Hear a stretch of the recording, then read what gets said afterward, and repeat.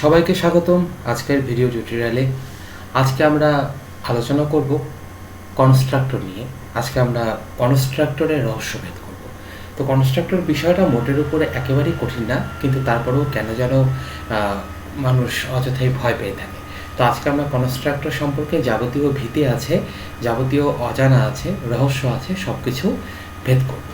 তো চলুন আমি একটি প্রোগ্রাম দেখাচ্ছি শুরুতেই। এই প্রোগ্রামটা এটা গত দিনের প্রোগ্রামটার মতোই একটা সাধারণ প্রোগ্রাম। একটা টেস্ট ক্লাস আছে এবং সেই ক্লাসের ভেতরে দুইটা কি আছে, মেম্বার ডাটা আছে বা ক্লাস ডাটা আছে। একটা হচ্ছে এ, একটা হচ্ছে বি। ভালো করে খেয়াল করুন যে এ হচ্ছে ইন্টিজার টাইপের ডাটা এবং বি হচ্ছে ফ্লোট টাইপের ডাটা। অর্থাৎ এ হচ্ছে পূর্ণ সংখ্যা নিতে পারে এবং বি দশমিক বা ভগ্নাংশ জাতীয় সংখ্যা নিতে পারে। ওকে, এবং বরাবরের মতোই আমরা মেম্বার ডাটাগুলোকে প্রাইভেট করেছি এবং যে আমাদের ফাংশনগুলো আছে বা মেম্বার ফাংশনগুলো আছে বা মেথডগুলো আছে সেগুলোকে আমরা পাবলিক করেছি। তো এখানে সেট ডাটা মেথডটার মাধ্যমে আমরা কি করি, আমরা মেইন ফাংশন থেকে ডাটাগুলো নেই।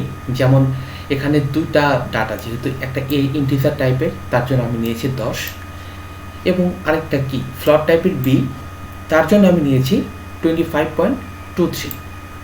ওকে, সাথে একটা এফ আছে। তো এফটা দেখে কেউ কনফিউজড হবে না, কারণ আপনারা জানেন যে ফ্লট এবং ডাবল দুইটা ব্যাপার আছে। যেমন ফ্লট সেও দশমিক সংখ্যা নেয় ডাটা টাইপ যেটা, আবার ডাবল যেটা আছে ডাটা টাইপ সেটাও দশমিক সংখ্যা নেয়।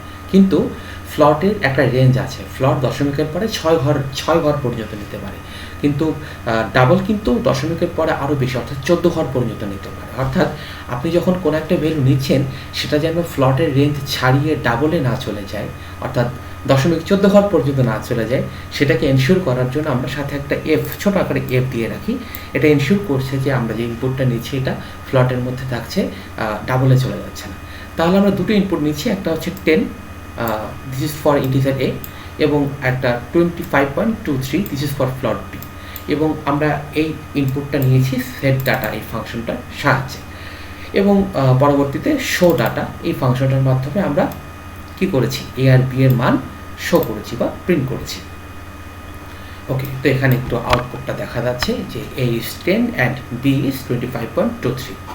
ওকে ফাইন, এই বিষয়টা আমরা জানি। কিন্তু এখন যদি আমরা চাই যে আসলে এই যে মানগুলো নিচ্ছি 10, 25.23, এগুলোর জন্য আমাদেরকে কি করতে হচ্ছে, আমাদেরকে আলাদা একটা ফাংশনের সাহায্য নিতে হচ্ছে।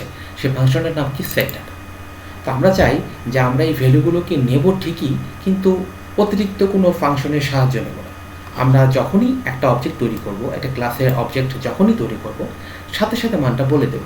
যেমন বিষয়টা যদি অনেক এরকম হতো যে আমি যদি এখানেই বলে দিতে পারতাম 25.23f, ওকে, তাহলে কিন্তু ঝামেলা ওখানেই চুকে যেত, আমাকে আলাদা করে সেট ডাটা এই ফাংশনটার কোনো দরকার ছিল না। কিন্তু এই অবস্থায় পারছি না। কখন পাব? এই কাজটা করার জন্য, অর্থাৎ একটা অবজেক্ট যখন তৈরি হয়, একটা ক্লাসের অবজেক্ট যখন তৈরি হয়, তৈরি হওয়ার সাথে সাথে সেটার মান বলে দেওয়া, সেটার মান ইনিশিয়ালাইজ করে দেওয়ার জন্য আমরা একটা বিশেষ ধরনের ফাংশন বা মেথডের সাহায্য নিই। সেই মেথডটার নাম হচ্ছে কনস্ট্রাক্টর। ওকে, তো কনস্ট্রাক্টর কী করে তৈরি করতে হয় চলুন দেখি। কনস্ট্রাক্টর তৈরি করার কিছু নিয়ম আছে। আপনাকে কনস্ট্রাক্টর তৈরি করতে হলে কিছু বিষয় মাথায় রাখতে হবে। সেটা হচ্ছে যে কনস্ট্রাক্টরের নাম অবশ্যই ক্লাসের নামের হুবহু হতে হবে। ক্লাসের নাম যদি এবিসি হয়, কনস্ট্রাক্টরের নাম এবিসি হবে। ক্লাসের নাম যদি আপনার নাম হয়, কনস্ট্রাক্টরের নামও আপনার নামই হবে। ওকে, তো আমরা যদি কনস্ট্রাক্টর তৈরি করি তাহলে কি কথা ছিল, কনস্ট্রাক্টরের নাম হবে ক্লাসের নামের অনুরূপ। তো ক্লাসের নাম এখানে টেস্ট, সুতরাং আমাদের কনস্ট্রাক্টরের নাম হবে টেস্ট। ওকে, টেস্ট। এবং আমরা কি করতে চাই, আমরা আসলে দুইটা ভ্যালু নিতে চাই, একটা হচ্ছে এর জন্য, একটা হচ্ছে বি এর জন্য, একটা ইন্টিজার একটা ফ্লট, তাই তো। তো চলুন আমরা কনস্ট্রাক্টরের ভেতরে প্যারামিটার পাস করে দিই। ইন্টিজার ধরুন যে ডি নিলাম এবং একটা নিলাম ফ্লট ই নিলাম। ওকে, নেওয়ার পরে যেটা করতে হবে আমাদেরকে, এই এ যেহেতু আমরা এর সাপেক্ষে নেব, আমাদেরকে এইভাবে এর ভেতরে আমরা কি পাস করেছি ইন্টিজার ডি, তাই তো, অর্থাৎ ডি এবং বি ফ্লট তার সাপেক্ষে কি ই, তাই তো, তাহলে বি ফার্স্ট ব্র্যাকেটের ভেতরে ফ্লট কি নিয়েছিলাম ই, ওকে ফাইন। এবং তারপর কনস্ট্রাক্টরের বডি, এক্ষেত্রে আমাদের কনস্ট্রাক্টরটা এমটি বডি, কিছু নেই, বাট এখানে কিছু থাকতেও পারে আর কি। ওকে, তো আমাদের একটা এমটি বডি কনস্ট্রাক্টর, যে কনস্ট্রাক্টরের নাম ক্লাসের নামের হুবহু এবং তার ভেতরে কিছু প্যারামিটার আছে। ওকে, তো যদি কোনো কনস্ট্রাক্টরের ভেতরে প্যারামিটার থাকে এ বি বা এই ক্ষেত্রে কি ডি এফ, এটা তো প্যারামিটার বা আর্গুমেন্ট, যদি কোনো কনস্ট্রাক্টরের ভেতরে প্যারামিটার থাকে তাহলে সেই কনস্ট্রাক্টরকে প্যারামিটারাইজড কনস্ট্রাক্টর বলা হয়ে থাকে। কোনো কনস্ট্রাক্টরে যদি প্যারামিটার থাকে তাকে প্যারামিটারাইজড কনস্ট্রাক্টর বলা হয়ে থাকে। ওকে, তো এই অবস্থায় আমরা কি করছি, আমাদের কথা ছিল যে ভ্যালু নেওয়ার জন্য সেট ডাটা বা অতিরিক্ত কোনো ফাংশনের সাহায্য নেব না, তাহলে আমরা এটাকে কেটে দিই, আমাদের কাজটা একটু সহজ হয়ে যাবে, একটু ফ্লেক্সিবল হয়ে যাবে। ওটা কেটে দিলে আর OB one dot set data রাখারই বা কী দরকার, আমরা এই লাইনটাও কেটে দিই। ওকে, তো আমার কথা ছিল যে আমি যখনই একটা অবজেক্ট তৈরি করব ঠিক তখনই আমি ভ্যালুটাকে নেব। ওকে, তো অবজেক্ট তৈরি হলো টেস্ট ওবি ওয়ান, সাথে সাথে আমি ভ্যালুটাকে নিয়ে নিচ্ছি 10 এবং কত ছিল 25.23 এফ। ওকে, তাহলে এখন কি হলো, তাহলে আপনি সেট ডাটা এর মাধ্যমে যে ভ্যালুগুলোকে এর আগে নিয়েছিলেন সেই সেট ডাটা বা অতিরিক্ত ফাংশনের আর সাহায্য লাগছে না, বরং আমরা কি করছি একটা কনস্ট্রাক্টরের সাহায্য নিয়ে যখনই অবজেক্ট তৈরি করছি সাথে সাথে তার মানটা নিয়ে নিচ্ছি এবং তারপরে OB one dot show data করে সেই রেজাল্টটাকে প্রিন্ট করছি। তো চলুন এটাকে যদি আমরা প্রিন্ট করি ঠিক একই রকমের একটা আউটপুট পাবো এর আগে আমরা যেটা দেখেছিলাম। ঠিক আছে, তো এটাই হচ্ছে মূলত কনস্ট্রাক্টরের কাজ। তো এর সাথে কিছু আনুষঙ্গিক প্রশ্ন আছে, বিষয় আছে, আমি একটু আলোচনা করতে আগ্রহী। যেমন এই অবস্থায় আপনি যদি টেস্ট ওবি ওয়ান, তো আমি একটা ওবি নামের একটা অবজেক্ট তৈরি করব, ঠিক আছে, তো আমি ওবি নামের কোনো অবজেক্ট তৈরি করতে পারি কি না, বা এটা করলে কম্পাইলার কোনো ভুল দেখাবে কিনা বা কম্পাইলারের কোনো সমস্যা আছে কিনা। তো সত্যি কথা বলতে এটাকে যদি রান করি তাহলে কম্পাইলার একটু মাইন্ড করবে বা কম্পাইলার একটা সমস্যা দেখাবে। কি সমস্যা দেখাচ্ছে? সমস্যা দেখাচ্ছে যে আপনি এই যে টু আর্গুমেন্ট বা দুটো আর্গুমেন্টের জন্য একটা কনস্ট্রাক্টর নিয়েছেন, তাই তো, ডি ই, কিন্তু আপনি যে এইটা নিলেন ওবি, এর ভিতর তো কোনো ভ্যালু নেই, অর্থাৎ এটা একটা নো আর্গুমেন্ট কনস্ট্রাক্টরের অধীনে পড়ে যাচ্ছে। ওবি ওয়ান অবজেক্টটার জন্য দুটো ভ্যালু নিয়েছেন, তার জন্য আমাদের কী ছিল, একটা টু আর্গুমেন্ট কনস্ট্রাক্টর ডিআরই, কিন্তু ওবি যখন নিলেন এখানে কোনো ভ্যালু নেই, তার মানে এটা নো আর্গুমেন্ট কনস্ট্রাক্টর। ঠিক আছে, তার জন্য যদি আমি এইভাবে কোনো একটা অবজেক্ট নিতে চাই আমাকে অবশ্যই একটা নো আর্গুমেন্ট কনস্ট্রাক্টর আলাদা করে তৈরি করে নিতে হবে। কি করে? চলুন দেখি আমরা একটা নো আর্গুমেন্ট কনস্ট্রাক্টর তৈরি করি। তো কনস্ট্রাক্টর তৈরি করার শর্ত হচ্ছে ক্লাসের নামের হুবহু হতে হবে। ওকে, এবং এর ভিতরে আমরা কোনো আর্গুমেন্ট দেবো না, যেহেতু আমরা ওবি নিচ্ছি এখানে কোনো ভ্যালু নেই, নো আর্গুমেন্ট। ওকে, কিন্তু শর্ত হচ্ছে এ 0 বি 0। ওকে, তো এই ক্ষেত্রে বিষয়টা কি হলো, এই ক্ষেত্রে আমরা ওবি, এখন আমরা ওবি বা নো আর্গুমেন্ট নো প্যারামিটারাইজড বা নো ভ্যালুর কোনো অবজেক্ট তৈরি করতে পারছি, যেহেতু এই কনস্ট্রাক্টরটার কোনো ভ্যালু নেই। ঠিক আছে, তো এইভাবে আপনারা চাইলে প্যারামিটারাইজড কনস্ট্রাক্টর তৈরি করে ভ্যালু নিতে পারেন, আবার উইথাউট প্যারামিটার আপনি চাইলে ভ্যালু তৈরি করতে পারেন। তো এই অবস্থায় আমি যদি প্রোগ্রামটাকে রান করি, আচ্ছা, তো এখানে একটা ছোট্ট এরর দেখিয়েছে।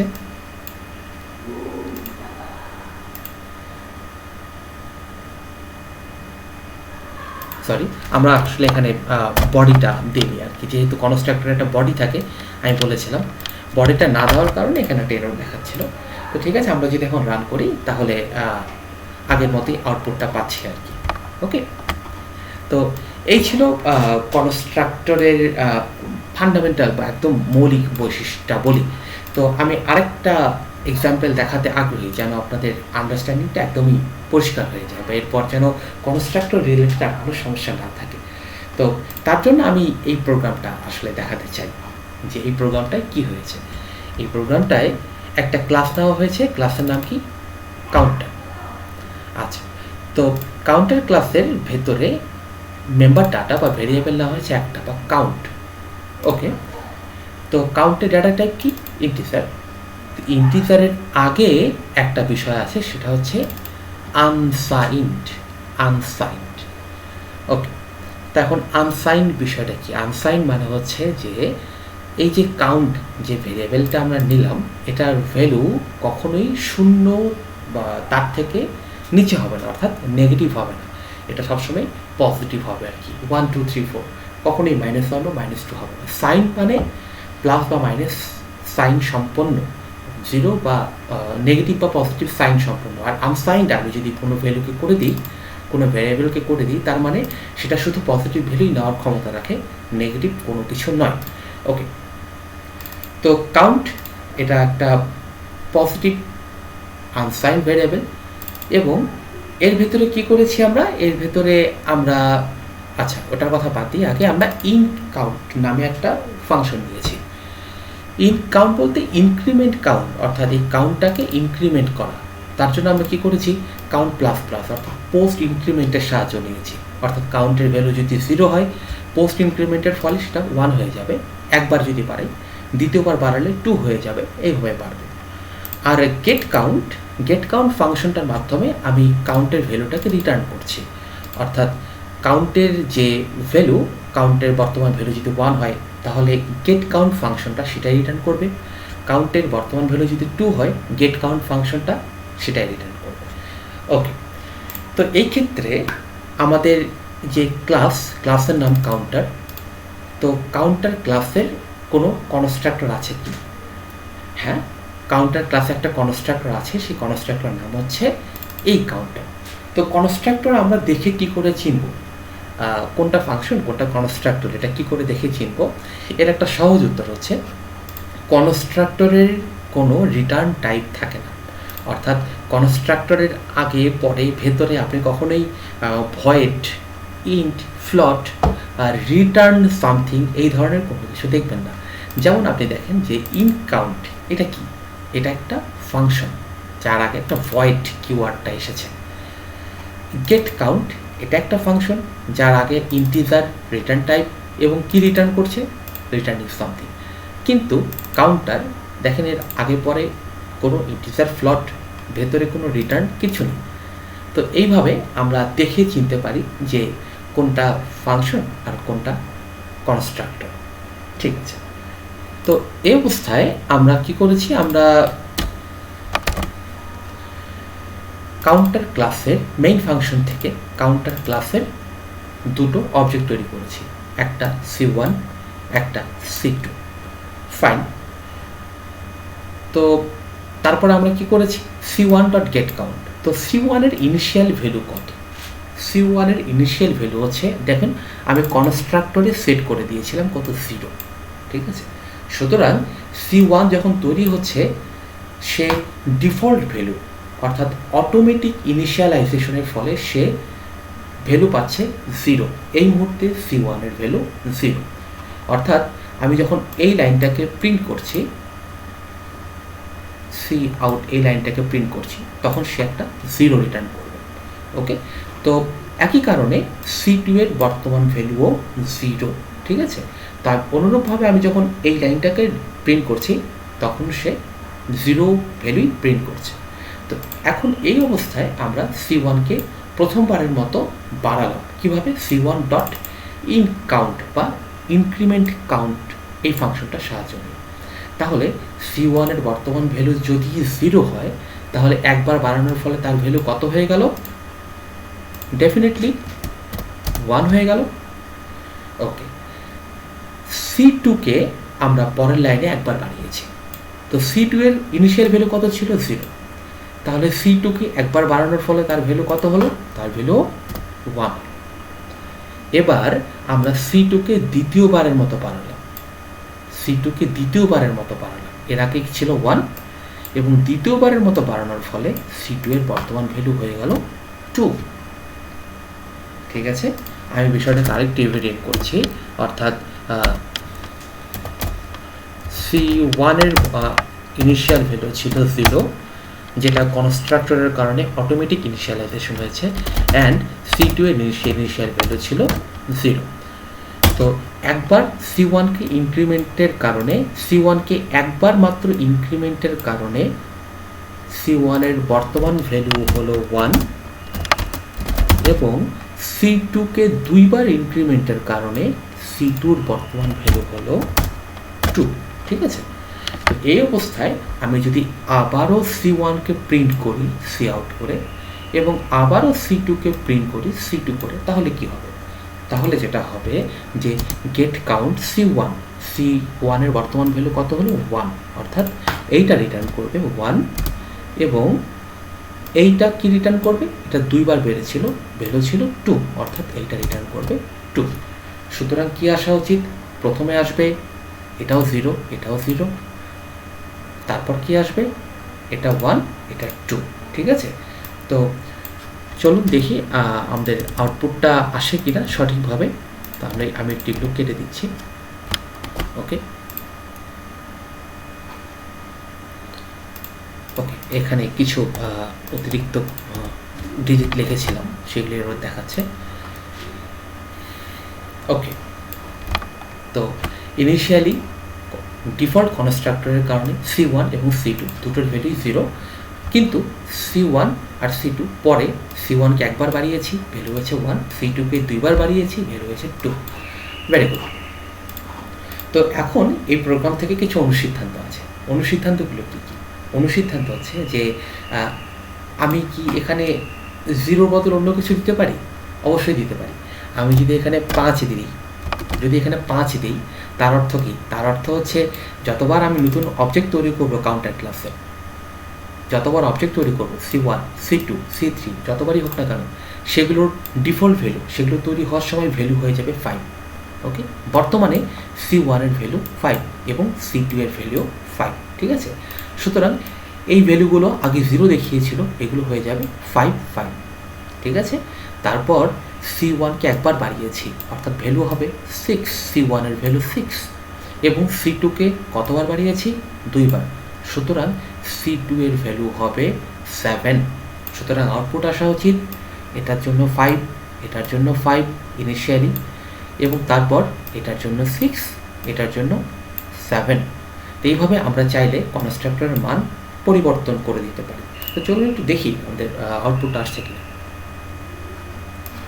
ওকে, তো আমাদের সুন্দর আউটপুট চলে এসেছে। প্রথমে দুটোর মান 5, পরেরটার মান একবার বাড়িয়েছি 6, তারপরে দুবার বাড়িয়েছি 7। ওকে, তো আমি এটাকে একটু 0 করে নিচ্ছি। 0 করে নেওয়ার একটা বিশেষ তাৎপর্য ছিল, কারণ যেহেতু কাউন্ট হবে 1, 2 করে করে বাড়বে, সুতরাং 0 থেকে শুরু হওয়াটাই বেটার আর কি। ওকে, তো এখন প্রশ্ন হচ্ছে যে আমি যদি এখানে এই কনস্ট্রাক্টরটাকে না রাখি, আমি যদি ভ্যানিশ করি, তাহলে কি কোনো অসুবিধা আছে? তাহলে কি প্রোগ্রামটা চলবে নাকি প্রোগ্রামটা বন্ধ হয়ে যাবে? এটা হচ্ছে প্রশ্ন। তো আসলে আমরা যদি এই কনস্ট্রাক্টরটাকে রিমুভ করে দিই বা ডিস্ট্রয় করে দিই, প্রোগ্রামটার কিছুই হবে না, প্রোগ্রামটা চলবে, কিন্তু সেই ক্ষেত্রে যে অবজেক্ট তৈরি হবে C1 বা C2, সেগুলোর কোনো নির্দিষ্ট মান থাকবে না। অর্থাৎ এই ক্ষেত্রে আমি 0 দিয়েছি, C1 আর C2 মান 0 ছিল, তারপর 1, 2 করে করে বেড়েছে, কিন্তু যদি কনস্ট্রাক্টরটা না রাখি, এগুলোর মান কিন্তু আর 0 থাকবে না, এগুলোর মান তখন র্যান্ডম ভ্যালু হবে, এলোমেলো ভ্যালু নিয়ে কাজ করবে। তো চলুন দেখি কি হয় বিষয়টা। আমরা কি করছি, আমরা হচ্ছে এই কনস্ট্রাক্টরটাকে আপাতত রিমুভ করে দিচ্ছি। তো এই অবস্থায় আমাদের কথা হচ্ছে C1 আর C2 দুটো অবজেক্ট তো তৈরি হলো, কিন্তু এদের মান 0 নয়, এদের মান র্যান্ডম। তো চলুন যদি আমি রান করি প্রোগ্রামটাকে, আমরা দেখতে পাচ্ছি যে C1 এর ভ্যালু এলোমেলো কিছু একটা আসছে, C2 এর ভ্যালু এলোমেলো কিছু একটা আসছে। তো C1 এর ভ্যালু কি আছে? যা ছিল তার থেকে 1 বেড়েছে, অর্থাৎ এখানে 82 ছিল, তো এখানে 1 বেড়েছে বা 83 হয়েছে। আর C2 এর ভ্যালু, সে এখানে 32 ছিল, এটা বেড়ে 34 হয়েছে, অর্থাৎ C1 1 বেড়েছে, C2 2 বেড়েছে, শর্ত ঠিকই আছে, কিন্তু কনস্ট্রাক্টরের ভেতরে ভ্যালু ইনিশিয়ালাইজ করে না দেওয়ার কারণে এরা র্যান্ডম ভ্যালু জেনারেট করছে C1 আর C2। তো এখন খুবই বিস্ময়কর একটা প্রশ্ন আছে বা মজার একটা প্রশ্ন আছে, বা ইন্টারভিউতে এই প্রশ্নগুলো আস্ক করা হয়ে থাকে যে আপনি C1 আর C2 তৈরি করলেন কিন্তু কোনো কনস্ট্রাক্টর দিলেন না, তাহলে এরা তৈরি হলো কী করে? এরা কোনো কমপ্লেন করলো না কেন? কম্পাইলার এরর দেখালো না কেন? দেখানো উচিত ছিল। তো আসলে আপনি যখনই একটা অবজেক্ট তৈরি করেন, যে কোনো ক্লাসের একটা অবজেক্ট তৈরি করেন, সেই অবজেক্টটা বাই ডিফল্ট একটা কনস্ট্রাক্টর ব্যাকগ্রাউন্ডে আপনার চোখের আড়ালেই তৈরি করেন। যখন আপনি C1 কল করেছেন, সে আপনার অজান্তেই একটা কনস্ট্রাক্টর তৈরি করেছে, C2 আপনার অজান্তেই একটা কনস্ট্রাক্টর তৈরি করেছে। এই যে আপনার অজান্তেই ব্যাকগ্রাউন্ডে একটা করে কনস্ট্রাক্টর তৈরি হয়ে যাচ্ছে, নো ভ্যালু, কোনো 0 বা 1 কোনো ভ্যালু নেই, একটা কনস্ট্রাক্টর তৈরি হয়ে যাচ্ছে প্রত্যেকটা অবজেক্টের কারণে। এই ধরনের কনস্ট্রাক্টরগুলোকে ডিফল্ট কনস্ট্রাক্টর বলা হয়ে থাকে। অর্থাৎ কনস্ট্রাক্টর হচ্ছে দুই প্রকার, একটা হচ্ছে প্যারামিটারাইজড কনস্ট্রাক্টর, যেটা আমরা আগের প্রোগ্রামে দেখেছিলাম যে টেস্ট এর ভেতরে আমরা দুটো প্যারামিটার দিয়েছিলাম, প্যারামিটারাইজড কনস্ট্রাক্টর। আরেকটা হচ্ছে ডিফল্ট কনস্ট্রাক্টর, অর্থাৎ যেটা একটা অবজেক্ট তৈরি হওয়ার সময় ব্যাকগ্রাউন্ডে নিজেই তৈরি করে নিয়ে থাকে। ঠিক আছে? তো এই বিষয়গুলো কনস্ট্রাক্টর নিয়ে খুবই গুরুত্বপূর্ণ ছিল। এখন যদি কনস্ট্রাক্টরের ভিতরে আমি কিছু লিখতে চাই, লেখা সম্ভব কিনা, অর্থাৎ কনস্ট্রাক্টরের যে বডি ছিল তার ভিতরে কিছু লেখা যায় কিনা? অবশ্যই লেখা যায়। তো আমি এক্ষেত্রে আমার যে কনস্ট্রাক্টর ছিল এর ভিতরে আমি কিছু লিখতে চাই। ধরুন যে আমি এর ভিতরে লিখলাম যে সি আউট দিলাম, আই অ্যাম এ কনস্ট্রাক্টর আমি লিখলাম আর কি। ওকে, আই অ্যাম এ কনস্ট্রাক্টর এভাবে লিখলাম আর কি। ওকে, তাহলে এখানে আসলে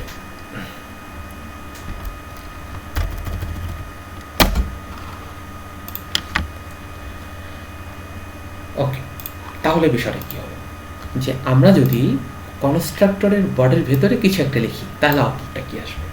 তাহলে আউটপুটটা আসবে যে কনস্ট্রাক্টরটা মোট কতবার এক্সিকিউট হয়েছে তার উপর ডিপেন্ড করবে। যেমন C1 যখন অবজেক্টটা তৈরি হলো সেটা কনস্ট্রাক্টরটাকে একবার ব্যবহার করেছে, C2 যখন অবজেক্ট তৈরি হলো সেটাও কি কনস্ট্রাক্টরটাকে একবার ব্যবহার করেছে। অর্থাৎ দুটো অবজেক্ট, তো এখানে কনস্ট্রাক্টরটা দুইবার ব্যবহৃত হয়েছে, তার মানে say I am A constructor এই কথাটাকে দুইবার প্রিন্ট করবে। ঠিক আছে? যদি আরেকটা অবজেক্ট নিতাম তাহলে এটা 3 বার ব্যবহৃত হতো, 3 বার প্রিন্ট করতো। আমি এখানে একটা ব্যাকস্ল্যাশ দিয়ে নিচ্ছি। তাহলে আমাদের আউটপুটটা আসবে কি? আউটপুটটা আসবে, প্রথমে একবার লেখা আসবে C1 এর জন্য I am A constructor, new line. C2 এর জন্য আরও একবার লেখা আসবে আই অ্যাম এ কনস্ট্রাক্টর, পরপর দুইবার লেখা আসবে I am A constructor, I am A constructor. তারপরে কি আসবে? এই দুটোর জন্য 0 0 এবং তারপরে 1 2। তো চলুন দেখি প্রোগ্রামটা রান করে। ফাইন, তো প্রথমে একবার এসেছে, C1 এর জন্য একবার এক্সিকিউট হয়েছে I am A constructor, C2 এর জন্য আরেকবার, ইনিশিয়াল ভ্যালু C1 এবং C2 0 এবং C1 এর পরিবর্তিত ভ্যালু 1, C2 এর পরিবর্তিত ভ্যালু 2।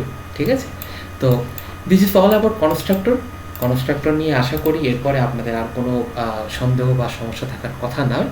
তারপরেও যদি কোনো প্রশ্ন থাকে, কোনো জানার থাকে, আমাকে কমেন্ট বক্সে লিখে জানান। সবাইকে ধন্যবাদ, ভালো থাকবেন।